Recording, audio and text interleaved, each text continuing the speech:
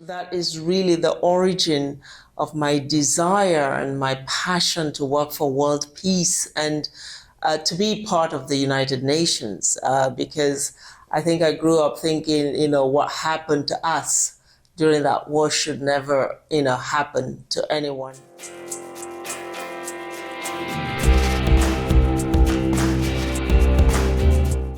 Hello, I am Kama Kampeni. I'm a Malawian second-year student here at Ritsumeikan, Asia Pacific University, and I work for a platform called Africans at APU, which aims to showcase the lives of African students here.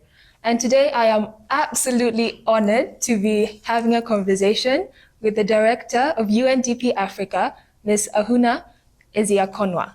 So thank you so much for being here, but thank you as well for the seminar that we just had. I enjoyed it so much. It was both inspiring and insightful.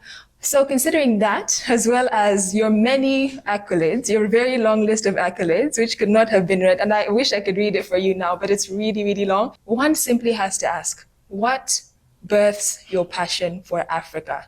And what births your passion for your work? My passion for Africa and for development, I think, first of all, is I was born into the Biafran War, the civil war that was fought in Nigeria for 3 years in the 60s. And that, having been myself and in my family internally displaced, I was too young to remember a lot about the war. But of course, the scar of that conflict lives with us still. And I think that is really the origin of my desire and my passion to work for world peace and to be part of the United Nations, because I think I grew up thinking, what happened to us during that war should never, happen to anyone. And I think if you want to develop a passion for Africa, you need to know it. That's true. And I had that advantage and the opportunity to, travel to many countries in Africa at a very young age and to really fall in love with the diversity of the continent, with the culture, the traditions, the food, the clothing, just the sheer humanity that dwells in that region is something that I find worth preserving. I know of a lot of young people who share the same passion that you have. So what would you say to a young person today who is zealous and passionate about bringing about the Africa that they want to see into reality? I think you have to be the change that you want to see. It starts with yourself. As young people, you have a responsibility as well to, every generation has to discover its mission and fulfill it. So it's important for any young person today to understand that they face different circumstances, but also they have different opportunities that their parents didn't have. And therefore they have an even bigger responsibility to shape the future of Africa, because they're more educated, more connected, more enlightened, and also now have some of the gadgets that we didn't have growing up. So the burden is there for you to really not give up hope, but to understand that there is a lot of opportunity on the continent. And every young person should know their why. It's always important to understand why before you even engage in the what. What's your purpose on this earth? And what do you want to invest yourself in? And then pursue it with all the passion and drive that you can muster. So gleaning from the wisdom that you have gained from working in all the organizations that you've worked in, what would you say is the greatest lesson that you have learned? Oh, that the human spirit is undying. It's so resilient. I've seen, situations that looked impossible sort of regenerate themselves, not at all allowing whatever issues they're facing to stop them. People who are hungry for knowledge. Young people who want to create, who want to be part of the solution. So I'd like to introduce you to one such person, a young person who studies here at APU, and her name is Martha. Nice to meet you, Martha. Nice to meet you.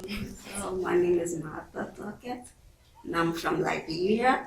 I'm in the master's program in APU, studying international relations.